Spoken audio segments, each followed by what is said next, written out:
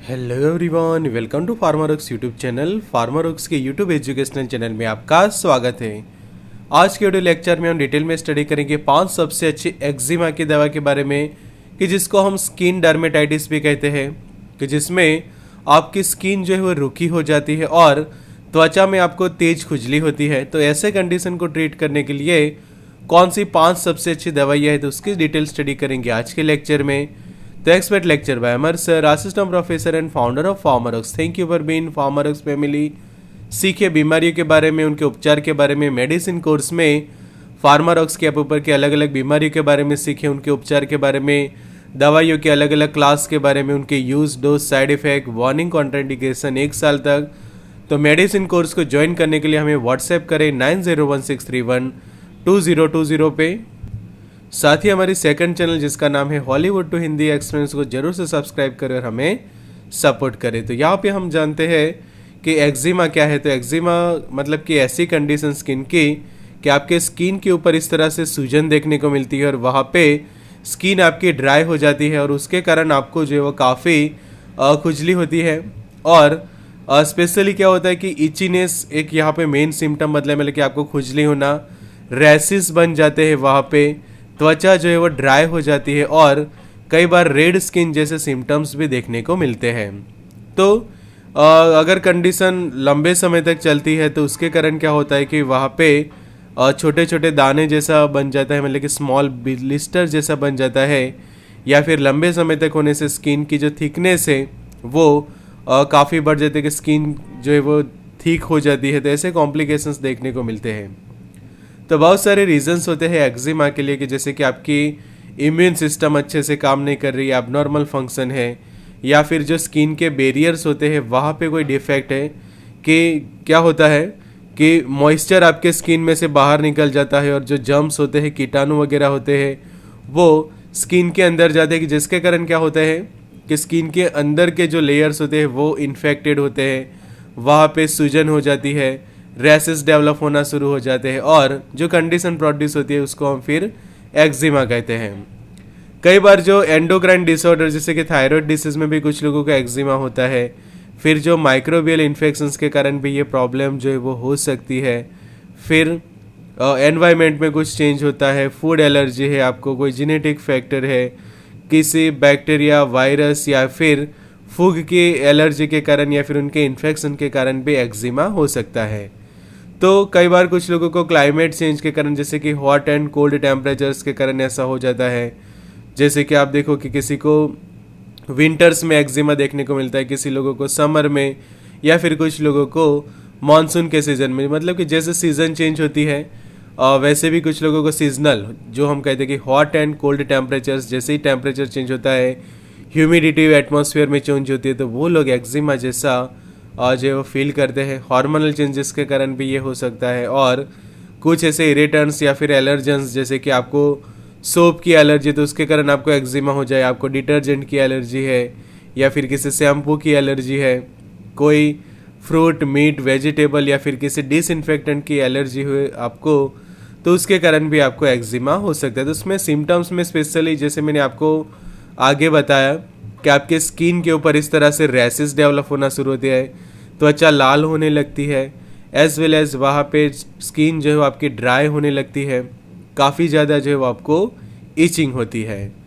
तो ऐसे ब्लिस्टर्स जैसे दाने भी धीरे धीरे डेवलप होने लगते हैं।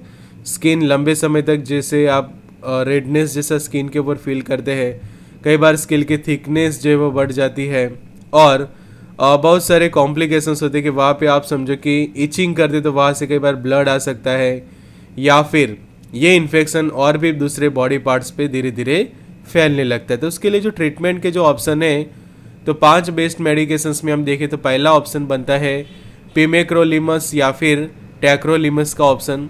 सेकंड है अलग अलग मेडिकेटेड पाउडर, लोशंस या फिर ऑइंटमेंट। तीसरा ऑप्शन बनता है क्रोटामिटॉन के क्रीम का।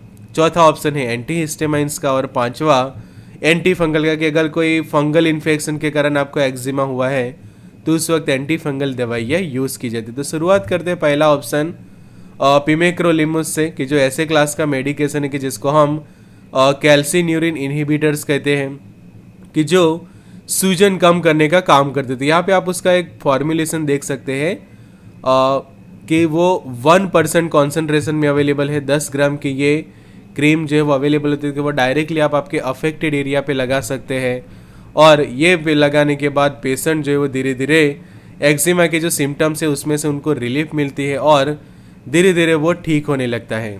अगर आपको पिमेक्रोलिमस जो है वो सूट नहीं होता तो उसके ऑप्शन में दूसरा मेडिकेशन है वो है टैक्रोलिमस की, जिसके 0.1% के कॉन्सेंट्रेशंस में क्रीम अवेलेबल होते हैं। तो वो भी सिमिलरली आप डायरेक्टली आपके अफेक्टेड एरिया पे कि जहाँ पे आपको एक्जिमा हुआ है वहाँ पे आप लगा सकते हैं, और बच्चों के अंदर भी 2 से लेकर 15 ईयर्स की एज में आप उसको यूज़ कर सकते हैं।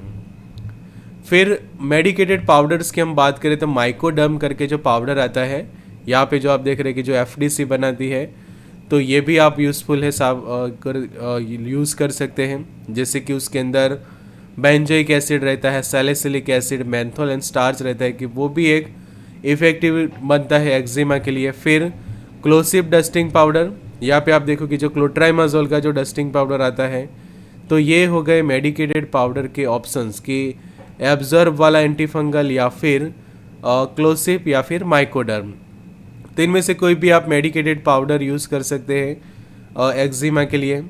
फिर अगर आप पाउडर आपको सूट नहीं होता तो आप लोशन भी लगा सकते हैं। तो उसमें कैलेमाइन लोशन सबसे बेस्ट रहता है कि जो बहुत सारे जो स्किन रिलेटेड जो कॉम्प्लिकेशंस होते हैं वो सभी में कैलेमाइन लोशन बेस्ट रहता है। तो कोई भी ये ब्रांड आपको मिले कि चाहे ये वाला कैलेमाइन है या फिर लैक्टो कैलेमाइन या फिर आप कैलेड्रिल भी यूज़ करते कि वो एक सबसे ज़्यादा और बेस्ट है मेडिकेशन कि जो एक्जिमा के लिए यूज़ होती है कैलेमाइन लोशंस के अंदर।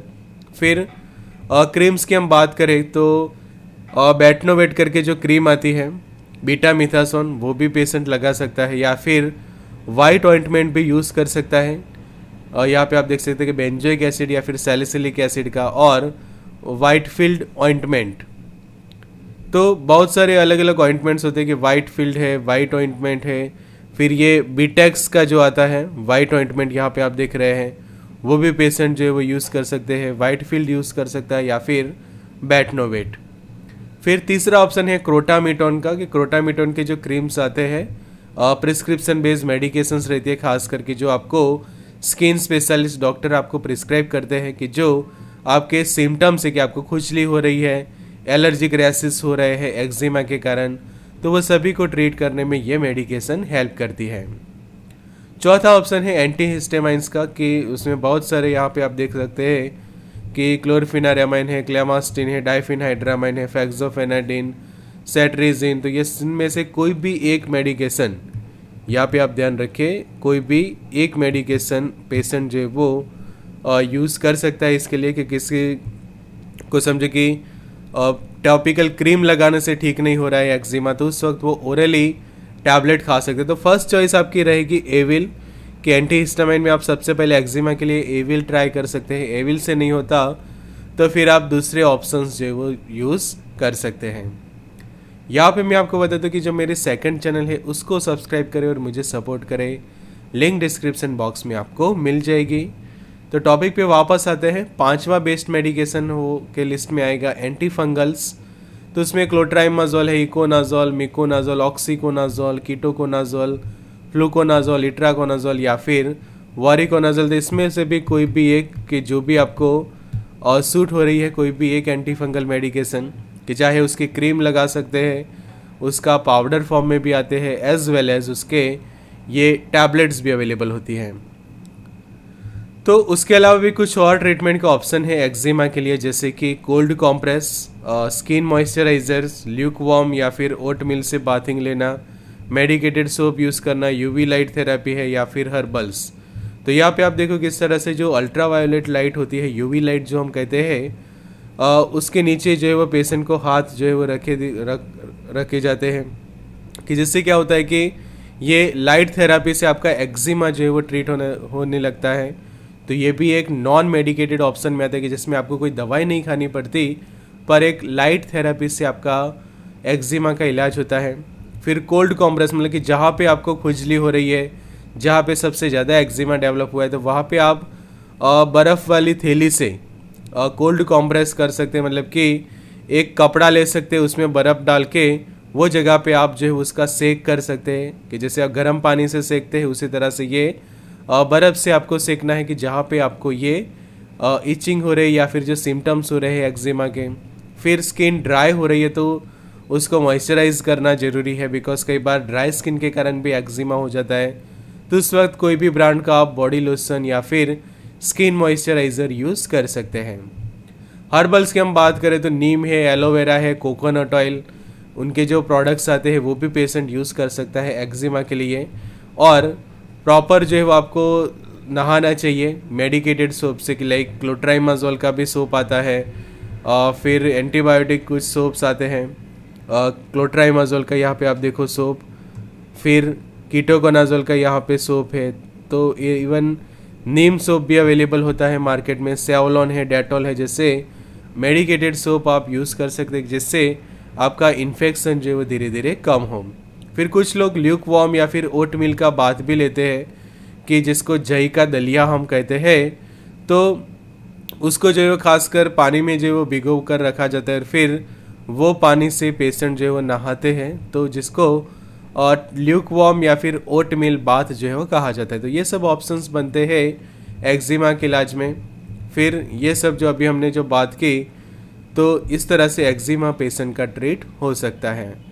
तो ऐसे ही सीखे डिटेल में मेडिसिन कोर्स में किसी भी बीमारी के बारे में, उसके उपचार के बारे में अफोर्डेबल प्राइस में 1 साल तक। तो ये कोर्स ज्वाइन करने के लिए हमें व्हाट्सएप कर सकते हैं 9016312020 नंबर पे, या फिर हमारी ऐप को डाउनलोड करें, लिंक आपको डिस्क्रिप्शन बॉक्स में मिल जाएगी। हमारे सेकंड चैनल को भी सब्सक्राइब करके सपोर्ट करें। Good luck and all the best.